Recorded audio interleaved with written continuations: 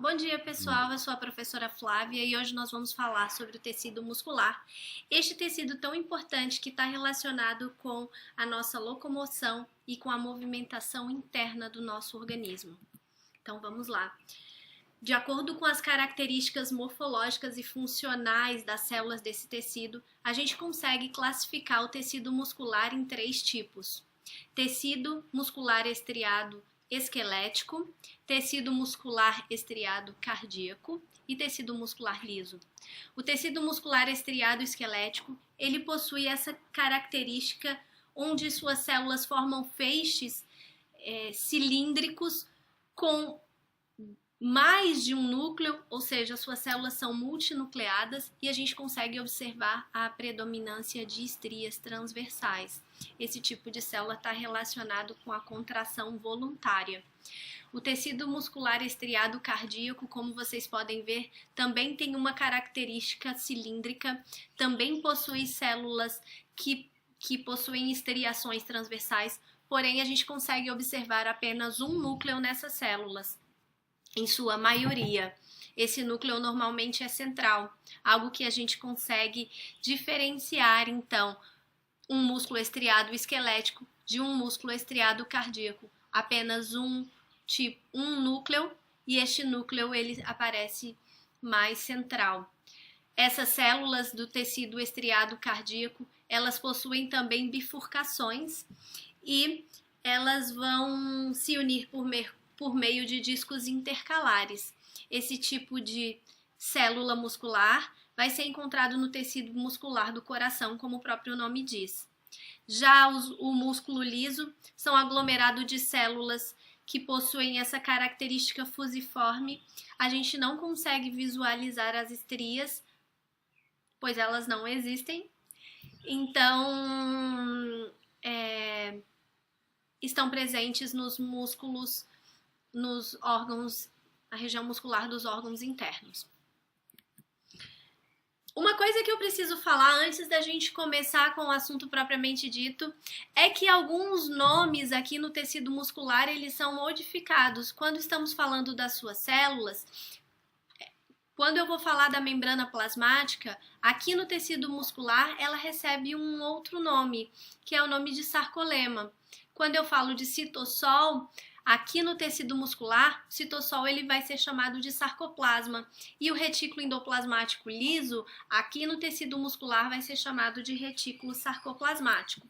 Então, aqui vocês conseguem observar uma célula típica de tecido muscular. Essa célula, neste tecido, ela vai ser chamada, então, de fibra muscular. A célula no tecido muscular, ela é chamada de fibra. Ela possui essa característica, onde vocês estão vendo, então, aqui, no caso, uma célula bem cilíndrica, a presença do sarcolema, as organelas estão presentes, mitocôndrias, retículo sarcoplasmático, vocês vão ver estruturas aqui de túbulos T, que mais tarde vocês vão ver o que isso significa. E outra característica importante é a presença das miofibrilas aqui no citoplasma dessas células, que vão estar totalmente relacionadas com o processo de relaxamento e contração, que é uma característica fundamental deste tecido. Então vamos começar com o músculo estriado esquelético. Como eu já falei para vocês, ele vai ser formado por um feixe de células que são muito longas, podem chegar até a 30 centímetros de diâmetro, são cilíndricas, são multinucleadas, os núcleos estão localizados, como vocês podem ver, na periferia.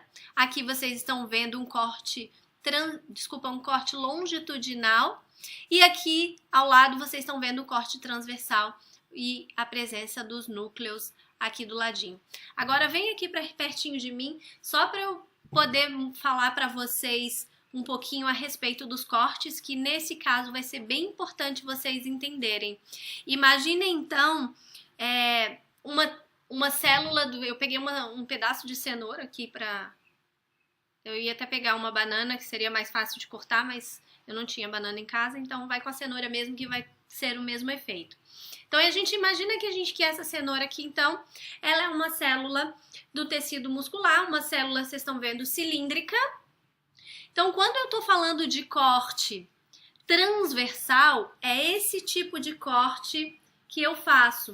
Um corte transversal, que é cortando desta forma, vai me obter uma estrutura arredondada quando eu estou fazendo um corte transversal. Quando eu faço um corte longitudinal, ao invés de eu estar cortando de maneira transversal, eu vou cortar de maneira longitudinal, e cortando de maneira longitudinal, eu consigo uma estrutura como essa, uma estrutura mais alongada. Então, dessa mesma cenoura, quando eu cortei transversal, eu obtive uma estrutura mais circular, e quando eu fiz o corte longitudinal, eu obtive uma estrutura mais alongada. É isso que vocês conseguem observar aqui do lado. Então, um corte de músculo transversal, essa estrutura mais arredondada com os núcleos na periferia, e um corte longitudinal, aqui estou vendo estruturas mais alongadas. Esse tipo de tecido, então, ele possui uma contração muito rápida, vigorosa, ou seja, uma contração forte e sujeita ao controle voluntário. Ou seja, quando você está caminhando, você precisa desse tipo de musculatura, fazendo esse tipo de contração bem forte, para que essa movimentação aconteça. Aqui vocês estão vendo, então, um corte transversal de língua, onde a gente consegue observar aqui nessa seta azul que está em corte transversal. Então, vocês estão vendo as células musculares aqui mais arredondadas, é um corte transversal. E aqui mais escuro, o núcleo dessas células, os núcleos dessas células, né? Então, a gente consegue ver essa característica multinucleada e os núcleos localizados na periferia. Enquanto a gente está vendo aqui embaixo um corte longitudinal. Então, eu consigo observar as estrias que estão presentes neste tecido. O tecido muscular estriado esquelético, então a célula ela vai ser chamada de fibra, que vocês estão vendo aqui no meio. Lembrando que a fibra ela vai ser repleta de miofibrilas, então várias miofibrilas vão formar uma fibra. Várias fibras formam um feixe e vários feixes formam um músculo completo, um músculo inteiro. Então, funciona dessa forma.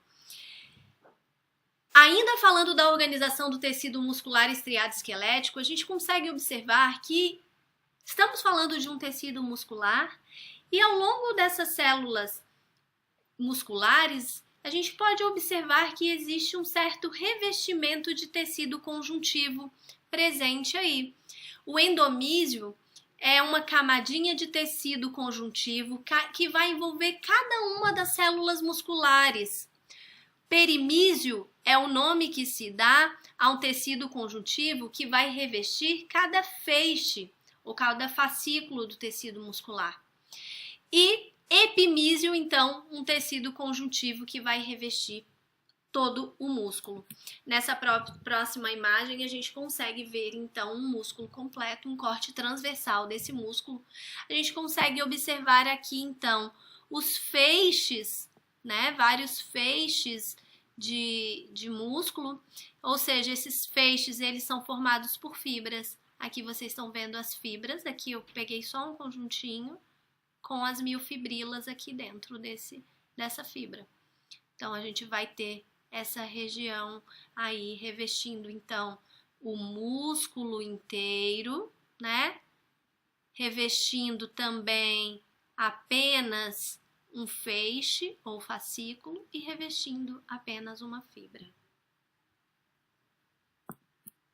Aqui, novamente, para ficar bem claro, novamente eu mostro para vocês, então, um músculo inteiro. Esse músculo ele vai ser revestido por um tecido conjuntivo chamado epimísio. Então, o epimísio envolve todo o músculo. Cada feixe, então, vai ser envolvido por uma camadinha de tecido conjuntivo chamada perimísio. E cada fibra vai ser envolvida por um outro tecido conjuntivo, cada fibrinha aqui, cada fibra vai ser envolvida aqui de amarelinho, vocês estão vendo um outro tecido conjuntivo chamado endomísio. Obviamente, se estamos falando, pessoal, de tecido conjuntivo, normalmente o tecido conjuntivo ele está muito relacionado com o processo de nutrição do tecido. E se a gente pensar do ponto de vista muscular, imagina que para você fazer uma movimentação, por exemplo, vigorosa, que seja para o coração bater, ou que seja para você caminhar, ou que seja para você mexer os seus olhos, isso requer muita energia. Isso requer muito nutriente, isso requer muito oxigênio. E quem disponibiliza o oxigênio para essas células é a nossa corrente sanguínea. Então, são os vasos sanguíneos, os capilares, que estão presentes nesse tecido conjuntivo. Por isso que quando a gente está falando em organização de tecido muscular, a gente observa a presença de tecido conjuntivo revestindo cada estrutura deste tecido, que vai ser importante devido à grande presença de vasos sanguíneos neste tipo de tecido, podendo então nutrir as células do tecido conjuntivo. Aqui vocês estão vendo então uma imagem aqui de um corte histológico de músculo corado com hematoxilina e eosina. A gente consegue ver exatamente a região, aqui o músculo todo, a imagem, então o músculo todo, uma camadinha de tecido conjuntivo chamado epimísio, envolvendo todo o músculo. Os feixes, aqui a gente consegue ver um feixe de fibras, aqui um outro feixe, e a gente está vendo que em coloração aqui mais clara, um outro tecido conjuntivo um pouco mais frouxo, que é denominado perimísio, envolvendo cada feixe, e o endomísio aqui pequenininho, essa região mais clarinha, envolvendo cada fibra. Novamente, um outro corte, onde vocês conseguem ver o epimísio, que tem, obviamente, uma característica diferente dos outros tipos perimísio e endomísio. O epimísio, ele traz uma consistência muito maior, é um tecido um pouco mais denso, tá? Envolvendo todo o músculo. O perimísio aqui, vocês estão vendo ele mais grossinho, envolvendo, então, um feixe. E o endomísio, essa estrutura mais fininha de tecido conjuntivo que vai envolvendo aí cada uma das fibras.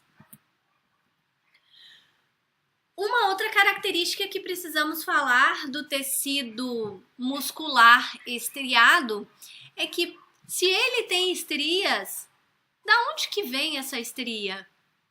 A verdade é que nós conseguimos visualizar essas estrias principalmente quando coramos com hematoxilina e eosina, e a gente consegue ver estruturas que começam a aparecer, que a gente começa a dar nomes para essas estruturas.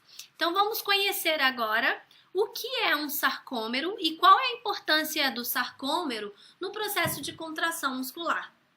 Fiquem ligados aí. Então aqui vocês estão vendo um sarcômero. O sarcômero, então, ele vai ser essa unidade de contração das células musculares estriadas.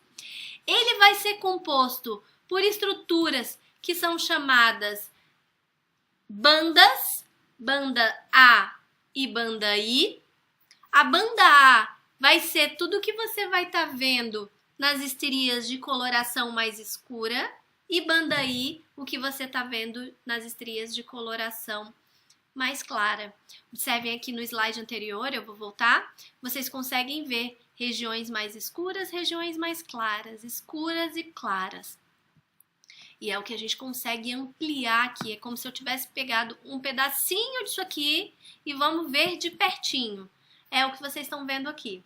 Então, vocês estão vendo o sarcômero, que é essa unidade de contração muscular mesmo. Esse sarcômero, ele vai dessa linhazinha que vocês estão vendo aqui, tem uma linha passando aqui e uma linha passando aqui do outro lado. Isso é o que a gente chama de linha Z. Então, o sarcômero, ele vai de uma linha Z até a outra linha Z. Isso é um sarcômero. Obviamente, nós não temos só um sarcômero, nós temos a presença de vários sarcômeros, um ao lado do outro. E isso ao longo das nossas miofibrilas. Então, vocês vão vendo vários sarcômeros ali. Então vamos lá. Vocês já entenderam que o sarcômero ele vai de uma linha Z a outra linha Z. E eu já falei para vocês que existem a presença de bandas que a gente chama de banda I, que é essa banda mais clara, e a banda A, que é essa banda mais escura. A banda I, ela é cortada pela linha Z. Então a gente parece que tem duas bandas Is, mas na verdade é uma banda só que vai ser cortada aqui pela linha Z. Tá? E a banda A, que no centro da banda A existe uma outra banda que é chamada de banda H. Então isso é o que vocês precisam entender da organização de um sarcômero, e é por causa dessa organização do sarcômero que a gente consegue identificar a estriação de uma miofibrila, por causa das repetições iguais dessas unidades que são chamadas de sarcômeros. Tá? O sarcômero ele é uma estrutura que tem um tamanho bem pequeno, ele vai medir cerca de 2,5 micrômetros e vai ter essa importância aí no processo de contração. Pessoal, estamos falando de células e estamos falando de contração. Obviamente que existem proteínas que são importantes, como todas as células, né? Como eu sempre digo, são fábricas de proteína. Então aqui não vai ser diferente, até porque essas proteínas elas são bem importantes no processo de contração.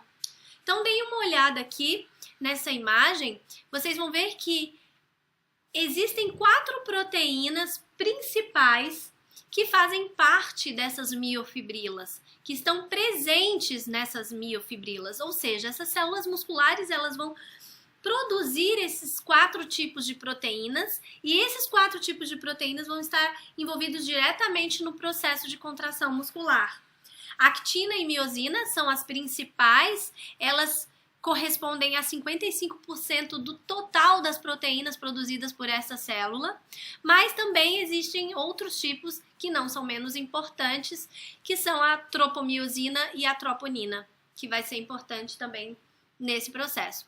Então, se vocês observarem aqui, vocês têm um feixe de músculo, aqui vocês estão vendo uma fibra, e que dentro de cada fibra existem essas miofibrilas. Então, vocês têm as miofibrilas dentro de uma fibra e várias fibras eu formo um feixe.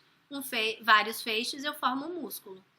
Então, aqui observando, agora a gente vai focar aqui para as miofibrilas, que é onde estão presentes os sarcômeros, e vamos ampliar aqui essa miofibrila e a gente consegue ver exatamente as estriações. Uma parte escura, uma parte clara, escura, clara. Então, o que vocês estão vendo aqui que e que está em vermelho é o que a gente chama de linha Z. E aqui outra linha Z. Eu sei que entre uma linha Z e outra linha Z, eu tenho uma estrutura chamada de sarcômero. Esse sarcômero, então, que vai aqui, ó, tô vendo nessa imagem, então eu tenho um sarcômero, outro sarcômero e aqui outro sarcômero nessa imagem. Por isso eu tô vendo essas estriações. Então aqui vocês vão ver a banda A, tá mais escuro, e a banda I, de coloração mais clara. E se eu ampliar esse sarcômero aqui, ó, e eu olhar ele de perto, então eu vou conseguir ver a presença dessas proteínas aí bem importantes. Vocês conseguem ver que aqui no sarcômero, então vamos aqui, ó, linha Z, tá? Vocês vão ver uma proteína que possui um filamento bem grosso. Essa proteína, ela é chamada de miosina e ela ocupa a região central do sarcômero. Se vocês observarem aqui, existem também filamentos mais finos que parecem como se fossem dentinhos, como se fossem garfos, né? Essa estrutura que vocês estão vendo aqui é o que a gente chama de actina. Então, a actina e a miosina, elas trabalham juntas para que aconteça o processo de contração muscular. É como se eu tivesse a miosina central e os garfinhos da actina sobre a miosina. E aí, a actina, ela vai se deslizando, é como se esses garfinhos abrissem e fechassem, sobre a miosina que está aqui no meio. Então, vamos lá, já que a cenoura está aqui na frente, imagina que isso aqui seja um filamento de miosina e o que os meus dedos fossem um filamento de actina. Aqui eu tenho, aqui ó, de um pedaço da minha mão aqui, do meu punho até o outro punho, eu tenho um sarcômero. linha Z e linha Z em cada punho. E à medida que o processo de contração ele acontece, é quando a actina ela se desliza sobre a miosina. E aí conseguem observar que diminuiu o tamanho do meu sarcômero. Meu sarcômero contraiu. E agora, ó, ele relaxando. Tá aumentando o espaço de um punho até o outro. Aumenta, diminui. Aumenta, diminui. Enfim, acho que deu para entender, né? E, obviamente, que os componentes de tropomiosina e troponina também são responsáveis, estão atuando nesse processo, no processo de ligação e do deslizamento da actina sobre a miosina, tá? Ligar e desligar, a tropomiosina e a troponina estão trabalhando nesse sentido. E aqui, então, eu tenho um processo de contração que vai acontecer numa região denominada túbulo T, que eu mostrei para vocês lá na imagem da fibra muscular, né? Então, é naquela região que vai acontecer, ou que vai iniciar esse processo tão lindo que é o processo de contração muscular. Então, vamos lembrar que o processo de contração muscular, primeira coisa que vocês têm que saber, é que para que ele ocorra, é necessário a presença e a disponibilidade de íons de cálcio. A partir da presença desses íons, o processo de contração ele se inicia. Fica ligado aí no processo que vocês vão ver que é bem tranquilinho. Então, primeiramente, vamos imaginar que, obviamente, o sistema nervoso ele está relacionado com esse processo. O seu sistema nervoso ele precisa mandar o comando de que você precisa se movimentar ou que essas células elas precisam contrair para que o movimento aconteça. Então essa mensagem ela vai vir lá do sistema nervoso central e vai chegar então lá nas suas células musculares, mandando essa informação de que você deve sim contrair a musculatura. Como isso acontece? Vamos olhar aqui essa imagem. Então, vocês estão vendo aqui onde está em branco um meio extracelular e aqui onde vocês estão vendo em amarelinho um meio intracelular. Então, a parte de dentro da célula e a parte de fora da célula.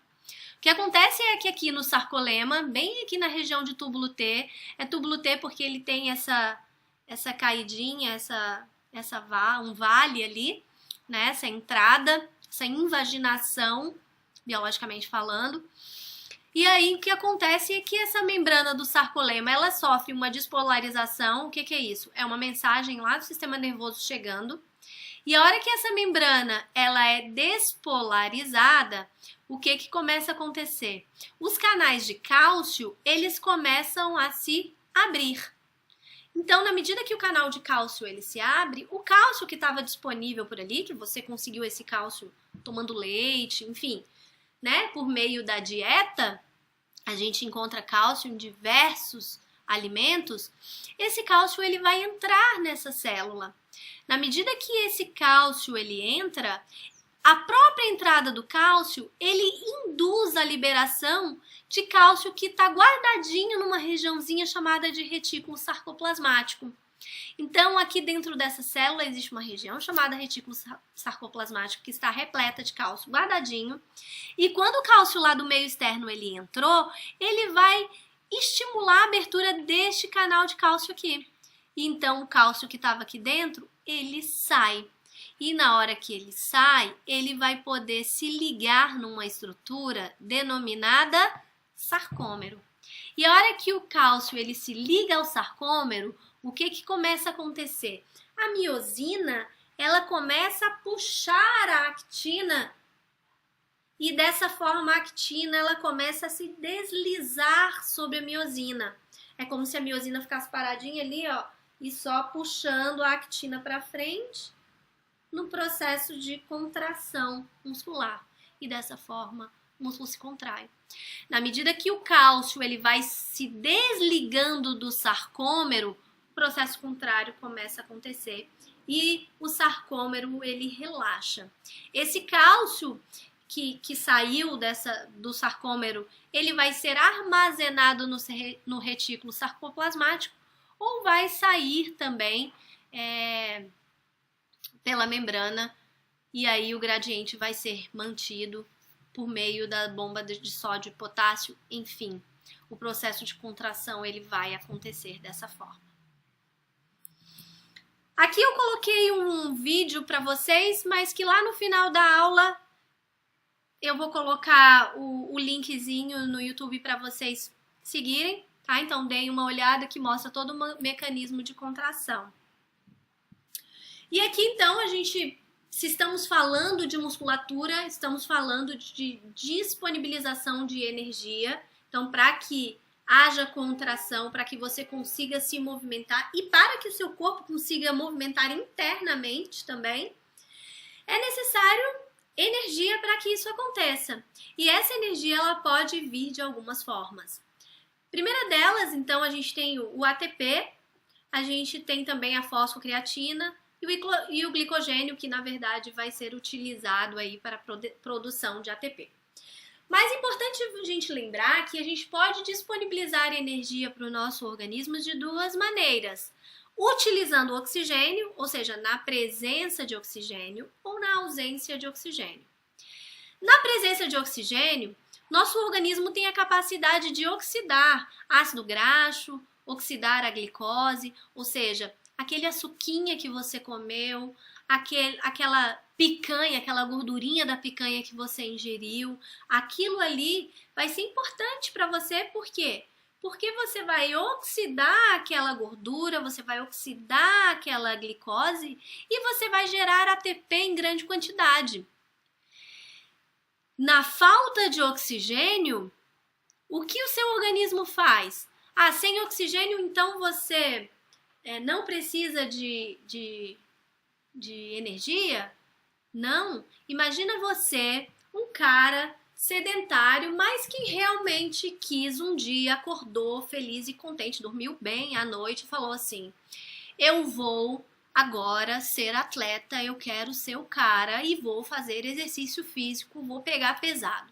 E aí você foi pra academia, você correu, pegou ferro, puxou, e correu, e fez agachamento, e pulou, e plantou bananeira, e fez o diabo a 4, porque você quer projeto verão, e aí você pegou pesado.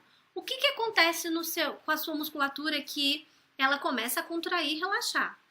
Contrair e relaxar, você tá se movimentando. Inicialmente você tá com a respiração legal, você tá mandando oxigênio, só que o que acontece? O pique tá grande. Então você começa a ficar ofegante na tentativa de quê? Vou mandar oxigênio pro meu músculo, que meu músculo enlouqueceu, ele tá querendo trabalhar malucamente.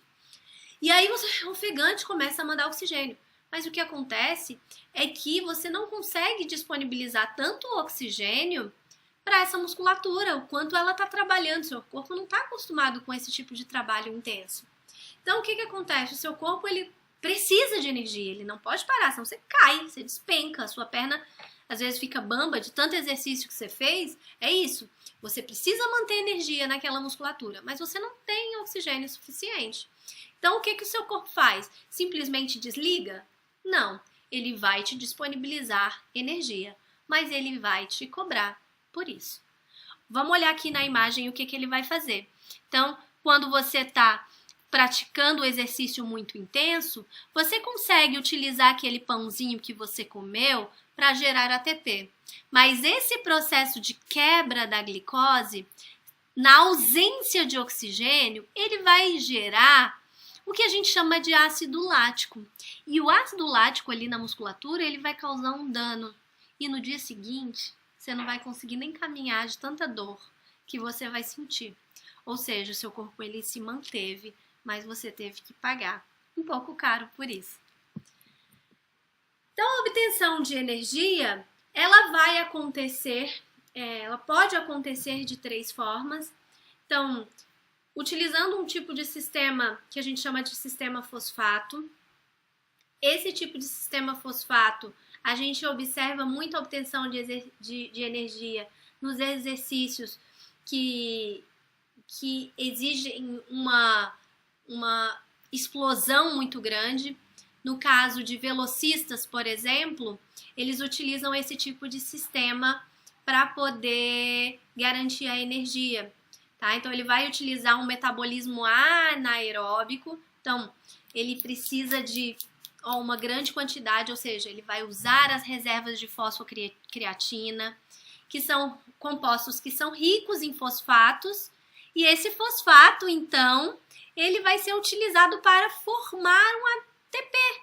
O ATP nada mais é do que uma adenosina trifosfato, são 3 fosfatinhos que são ligados, tá? Então, esse tipo de sistema, ele utiliza esses compostos que são ricos em fosfatos e vai pegar esse fosfato e vai ligar num ADP. ADP são 2 fosfatos. Se eu já tenho 2 fosfatos e coloco mais um, eu fico com ATP. E aí eu tenho energia por alguns segundos apenas, porque as reservas de fosfocreatina, elas vão diminuindo ao longo do exercício. Um outro tipo de processo que acontece, uma outra via de disponibilização de oxigênio é a via glicolítica. A via glicolítica, ela é uma via que ela é utilizada muito para atletas que vão ele não vai ter assim uma explosão muito grande e ao mesmo tempo não vai fazer um exercício muito comprido. É como se fosse uma atividade física mais moderada, tá? Mas ela ainda requer, imagina, aqui no exemplo tá falando de um nadador, né? Então, o cara que tá nadando, ele ainda requer uma energia relativa aí, né? Então, um metabolismo anaeróbico, ou seja, você tá nadando ali e você tem que disponibilizar a sua respiração quando você tá nadando, ela querendo ou não diminuída, né? Porque você tá com a cabeça ali dentro da água. Então você vai utilizar uma maneira de quebrar o seu açúcar na ausência de oxigênio. Então a glicólise é o processo de quebra de moléculas de glicose no citoplasma que vai acontecer. E uma das coisas que acontece nessa via é a produção de ácido lático, tá? Então, quando ele é acumulado, ele vai causar dor e o músculo acaba se tornando fadigado. Então a gente sente aquele dolorido. Por ser um ácido, o pH da célula vai diminuir e assim vai inibir a atividade das enzimas que são necessárias no processo de síntese de ATP. Então você vai ganhar um número relativo de ATP, obviamente bem menor do que o próximo processo que nós vamos falar. Mas você vai ganhar essa energia, esse ATP, que vai te garantir aí um exercício por alguns minutos, tá? Até cerca de 6 minutos você consegue garantir energia suficiente. E por fim, a respiração celular, que é um método de disponibilizar energia para o seu organismo mais eficiente, no sentido de que você vai produzir grande quantidade de moléculas de ATP, você vai utilizar oxigênio e esse sistema ele começa a quebrar o açúcar lá como na via glicolítica, no citoplasma, e depois esse açúcar ele continua sendo quebrado lá nas mitocôndrias, então ele vai sendo muito quebrado até o finalzinho. Esse processo, por ser um processo mais longo, ele vai disponibilizar mais quantidade de ATP e uma quantidade de ATP, de energia bem prolongada, para que você consiga fazer uma atividade bem prolongada por mais tempo. Ou seja, a gente observa esse tipo de obtenção de energia em maratonistas, por exemplo. Precisam ficar correndo durante um longo tempo, então ele precisa de uma disponibilização de energia que aconteça por um longo tempo também, tá? Então vamos lá. Aqui então a gente tem no tecido muscular uma coisa que a gente observa, que além dessa questão da disponibilização de energia, a gente consegue ver fibras diferentes, fibras musculares diferentes. Então elas vão ter um metabolismo energético predominante, que vai ser mais adaptado para uma via de energia ou mais adaptado para uma outra via de energia, essas 3 vias que a gente acabou de ver. Então aqui a gente consegue observar as fibras de tipo 1, que são as fibras vermelhas, que são principalmente aeróbicas. Ela tem uma produção lenta de ATP, o músculo demora a fatigar. Então aqui a gente consegue observar aqui uma situação característica de uma distância longa, como por exemplo num maratonista, a gente consegue ver a predominância dessas fibras vermelhas aqui, as fibras de tipo 1, tá? Então vai ser aeróbica, com tudo que a gente viu ali no nosso slide anterior, né? Então, disponibilização de bastante moléculas de ATP. É uma produção lenta, mas é uma produção contínua em grande quantidade. Isso garante energia aí por um tempo maior. As fibras de tipo 2 são as fibras que a gente chama de fibras brancas. Elas são principalmente anaeróbicas. Elas têm uma rápida produção de ATP, ou seja, para uma atividade intensa. Um sprint, por exemplo, você está parado e eu quero correr numa distância curta, mas muito longa. Quando eu corro numa distância curta e muito longa, essas são as fibras que vão ser trabalhadas. São as fibras de tipo 2, as fibras brancas. Elas vão te disponibilizar ATP de maneira mais rápida, mas a musculatura ela vai fadigar muito mais rápido também, tá? Então, a gente consegue ver a organização, nessa imagem, a organização dessas fibras dependendo do tipo de atleta, né? Um atleta maratonista, a gente vai ver aqui a predominância de mais células, fibras vermelhas. Num atleta de atividade mais rápida, né? Um velocista, por exemplo, a gente vê mais a predominância de fibras brancas. Enquanto que um atleta que vai correr, por exemplo, distâncias medianas, que não tá nem lá nem cá, a gente vê bem mesclado essa variação aí, tá? Então, as fibras musculares vermelhas, elas possuem uma contração lenta, são as fibras do tipo 1. Elas disponibilizam uma pequena quantidade de força, elas vão se contrair lentamente, tem uma alta taxa de fosforilação oxidativa, ou seja, essas células têm bastante mitocôndrias, porque estamos falando de fibras musculares vermelhas, né? Então, eu estou falando de um processo aeróbico. Então, se eu tenho disponibilização de oxigênio, eu tenho processo de quebra de açúcar completo, que começa no citoplasma e termina nas mitocôndrias, por isso a gente consegue ver, né, Então, eu vou ter uma grande quantidade de ATP por conta dessa fosforilação oxidativa que acontece. Isso vai trazer o quê? Mais resistência. Vou produzir ATP de maneira lenta, mas num tempo maior. Enquanto que as fibras brancas, ela tem uma contração bem rápida, ou seja, a energia tem que ser disponibilizada de maneira rápida para ela, já que ela contrai muito rápido, então vai ser exercício que você realmente precisa, rápido, uma explosão, tá? Então, demanda uma alta quantidade de força, né, para você fazer esse tipo de contração, uma alta taxa de glicólise anaeróbica, que é o que vai disponibilizar ATP de maneira mais rápida, mas, em consequência, essas células musculares elas ficam mais fatigáveis. Agora a gente vai falar, então, da inervação. Então, como eu falei para vocês, para que o processo de contração ele aconteça, é necessário que o sistema nervoso ele comande, que ele mande esse comando. Então, a fibra muscular, ela precisa receber esse impulso nervoso. E aí, o axônio, então vamos imaginar aqui, tentar lembrar de sistema nervoso, né? As células neuronais, elas possuem o pericárdio, uma região de corpo celular, e elas possuem um axônio, né? E esses axônios, eles vão liberar acetilcolina, que vai se prender em receptores, e aí vai ter ligação com o neurotransmissor, né? O sarcolema, ele vai se tornar mais permeável ao sódio, e aí vai acontecer a despolarização do sarcolema. Então, o que a gente consegue ver é exatamente, então aqui vocês estão vendo a fibra muscular, aqui vocês estão vendo as miofibrilas, bem bonitinhas, com o sarcômero presente aqui, e uma célula nervosa, ela vai se ligar aqui nessa fibra muscular e vai dar início ao processo de despolarização de membrana para que esse processo aconteça.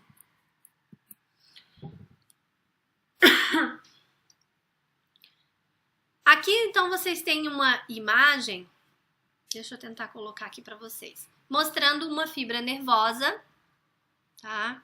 Então, vocês estão vendo aqui só a região de axônio, uma fibra nervosa que está se ligando a um músculo, tá? Então, aqui vocês estão vendo um feixe de... vocês estão vendo aqui as fibras musculares, vocês estão vendo um feixe. Vocês estão vendo um axônio que está ligado, um neurônio motor, que está ligado em várias fibras. Conseguem observar? Então, aqui a gente começa a falar sobre a unidade motora. O que é uma unidade motora? É uma fibra nervosa e as fibras musculares que essa fibra nervosa está inervando. Então, eu tenho aqui uma fibra nervosa que está inervando várias fibras musculares. Isso é o que a gente chama de unidade motora. Então, uma fibra, ela vai poder inervar uma fibra nervosa, obviamente, ela vai poder inervar uma fibra muscular ou até uma grande, 160, 200 ou mais fibras musculares. Então, você imagina que isso vai ser diferente na movimentação.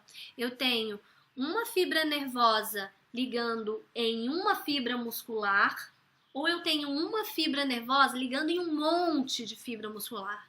O que você acha que isso pode acontecer?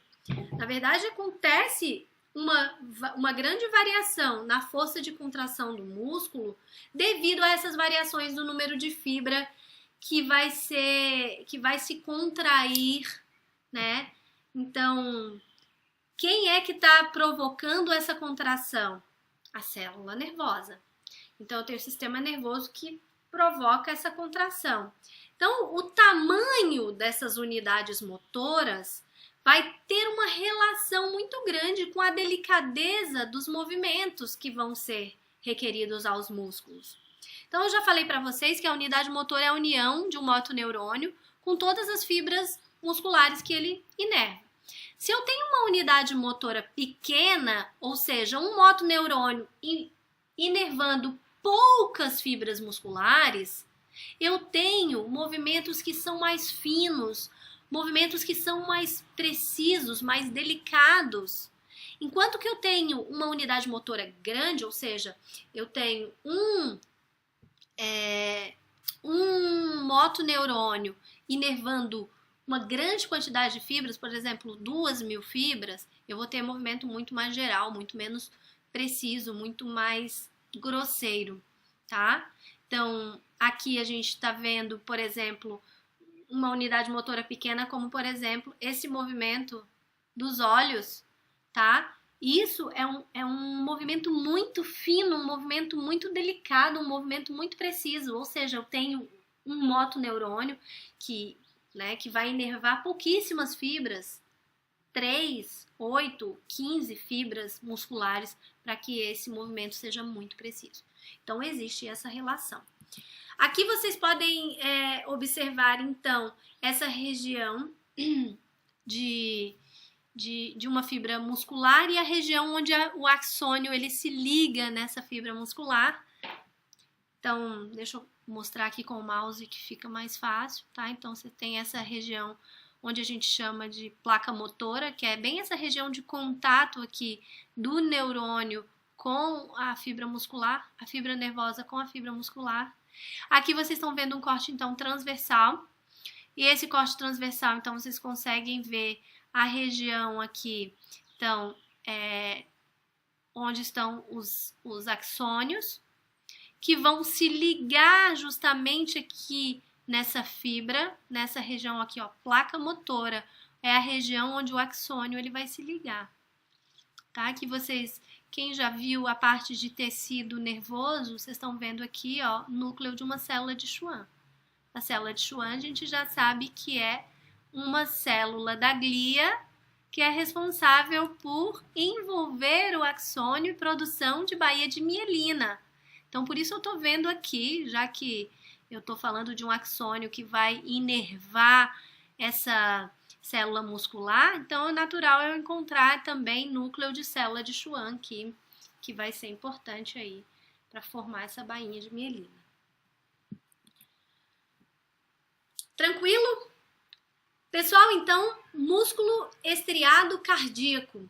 O músculo estriado cardíaco, ele tem muitas semelhanças ao tecido muscular estriado esquelético, a começar pela nomenclatura. Suas células são alongadas e ramificadas. Elas vão se prender umas às outras por junções intercelulares. As estriações são transversais, da mesma forma que o músculo esquelético. Uma diferença é que a gente consegue ver que possuem apenas um núcleo, às vezes dois, que vão ser localizados centralmente. As fibras cardíacas, elas vão ser circundadas por um tecido conjuntivo rico em vasos sanguíneos, semelhante ao endomísio encontrado no tecido muscular esquelético. Tá? Estamos falando então aqui das fibras que estão presentes no coração. Essa é uma imagem então de uma célula característica de um músculo estriado cardíaco. Então vocês estão vendo uma região de núcleo aqui, um núcleo. Essa é uma célula, aqui vocês estão vendo uma outra célula. A gente consegue ver que essa célula ela possui essa ramificação, a célula ela tem essa bifurcação. A gente possui estruturas que são chamadas de discos intercalares, que são essas regiõezinhas aqui que vai possibilitar a união de uma célula muscular com outra célula muscular, né? Esses discos vão fazer com que uma célula se prenda a outra célula. E uma outra característica é que essas fibras cardíacas, essas células, né, do músculo cardíaco, elas têm uma capacidade também de secretar grânulos. Então, esses grânulos, eles vão ser bem importantes aí em processos fisiológicos. Como vocês podem observar aqui nessa imagem à esquerda, vocês estão vendo, então, aqui células musculares do átrio esquerdo e vários grânulos bem próximos aqui, vocês estão vendo aqui mais escurinho, esses grânulos. No caso dessas fibras aqui musculares, ou seja, estamos falando, vamos relembrar, estamos falando de células. Células são grandes produtoras de proteína e essas células aqui especificamente musculares do coração, elas têm a capacidade de secretar substâncias, que aqui a gente está chamando de grânulo, que vai ser precursor do hormônio ANP. Esse hormônio ANP, que é o hormônio peptídeo atrial natriurético, vai ser um hormônio importante que vai ser produzido por essas fibras, mas que vão atuar lá nos rins. E aí lá no rim, ele vai promover o aumento da eliminação de sódio e o aumento da eliminação de água. Ou seja, o rim começa a eliminar água. E se eu estou eliminando água, imagina eu eliminando água do meu sangue, tá? Ou seja, eu estou diminuindo o volume, tá? E com isso eu vou diminuir também a pressão arterial. E aí, isso vai estar diretamente ligado aos processos aí do coração, fisiológicos aqui do coração. Então, isso é uma outra observação, que essas fibras musculares cardíacas, elas também são produtoras de grânulo, que são importantes. O processo de contração, ele acontece de maneira similar, tá?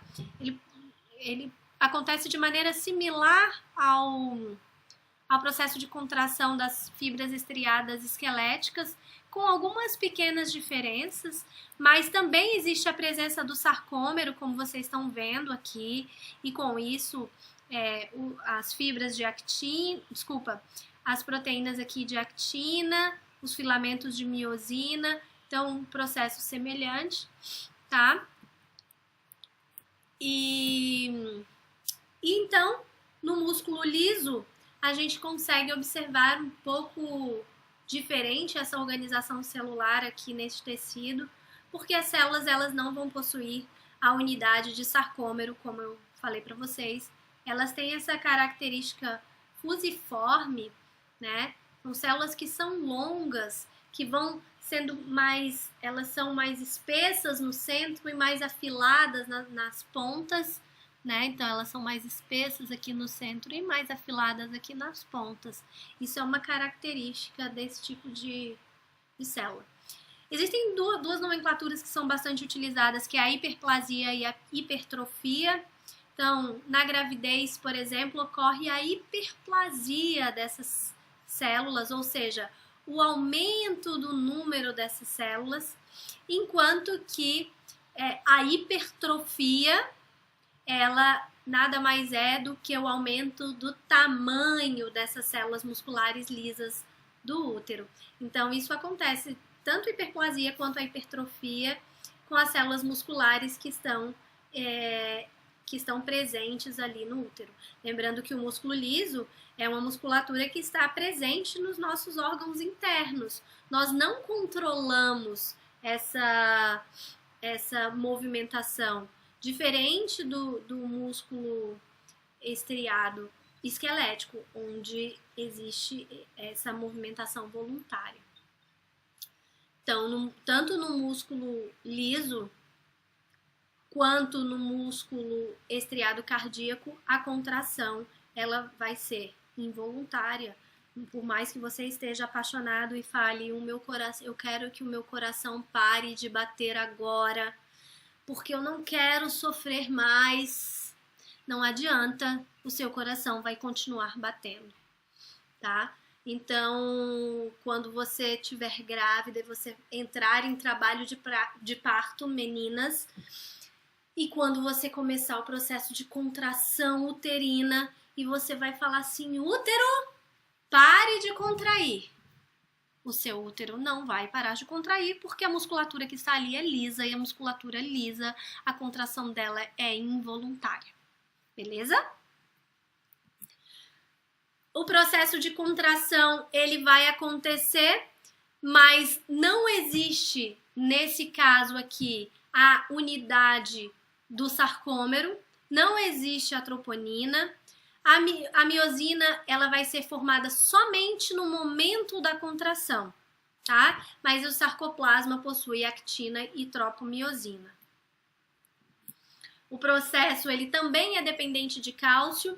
Então, aqui vocês estão vendo no meio extracelular a presença do cálcio.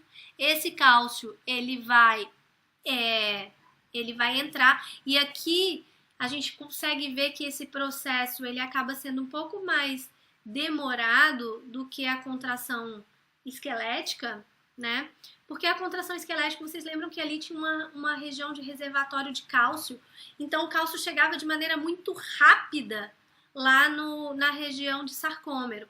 Aqui não acontece isso, não existe um local de armazenamento muito bem desenvolvido, então por isso a contração acaba sendo mais lenta. Mas, da mesma forma, acontece um processo de despolarização de membrana, abertura de canais de cálcio. O cálcio que está entrando, ele vai se ligar à calmodulina, tá? E aí a calmodulina, ela vai ativar algumas enzimas de fosforilação, que é, por exemplo, a enzima miosina quinase. O que a enzima miosina quinase ela faz? Ela adiciona um fosfato. E a hora que ela adiciona um fosfato aqui, ó, ela acaba, ó, essa enzima aqui, tá? Miosina quinase, ela vai pegar um pezinho desse aqui e vai adicionar aqui e vai adicionar os pezinhos aqui na miosina, fazendo com que ela fique ativa. Sem os fosfatinhos, sem os pezinhos, ela estava inativa. Quando ela pegou um pezinho daqui, ligou aqui, um pezinho daqui, ligou aqui, ela tornou ativa a miosina. E aí acontece o processo de contração muscular. Tá? A respeito de regeneração de tecido muscular, os 3 tipos de músculo, eles vão apresentar diferenças na capacidade regenerativa após uma lesão, que vai produzir uma destruição parcial do músculo. Quando eu falo em músculo cardíaco, ele não se regenera, ou seja, se a pessoa, no caso de um infarto, por exemplo, o que vai acontecer? Aquela região onde foi lesionada, várias células de fibroblasto, elas vão proliferar e vão invadir e proliferar aquela região onde teve a lesão. E aí os fibroblastos são células que produzem o quê? Fibras de colágeno. Então, o que vai acontecer ali nessa região de lesão é uma cicatriz de tecido conjuntivo denso, tá? Então, acontece isso aqui nesse tipo de tecido. Já no tecido estriado, esquelético, existe uma pequena capacidade de reconstituição por meio das células satélites. Então, aqui vocês estão vendo nessa imagem aqui fibras musculares e vocês conseguem ver algumas célulazinhas satélites. Essas células satélites, elas são como se fossem mioblastos que são inativos e após uma lesão elas se tornam ativas e elas vão se proliferando e vão se fundindo umas às outras para formar, então, novas fibras musculares. Então, neste caso, sim, existe o processo de regeneração, de reconstituição, mas esse processo, ele é muito pequeno, tá? E quando a gente fala de músculo liso, ou seja, o músculo que está revestindo os nossos órgãos internos, vai existir uma alta capacidade regenerativa. Então, esse músculo, ele traz uma resposta bem mais eficiente. Quando ocorre uma lesão, as células musculares lisas que permanecem viáveis, elas vão entrar em mitose, vão se proliferar e dessa forma elas vão reparar o músculo que foi danificado. Pessoal, nós terminamos assim o nosso conteúdo aqui de tecido muscular e aqui eu estou mostrando para vocês os 2 vídeos que foram utilizados na aula, que eu peço que vocês deem uma assistidinha. É isso, até mais, até logo. Falou, tchau!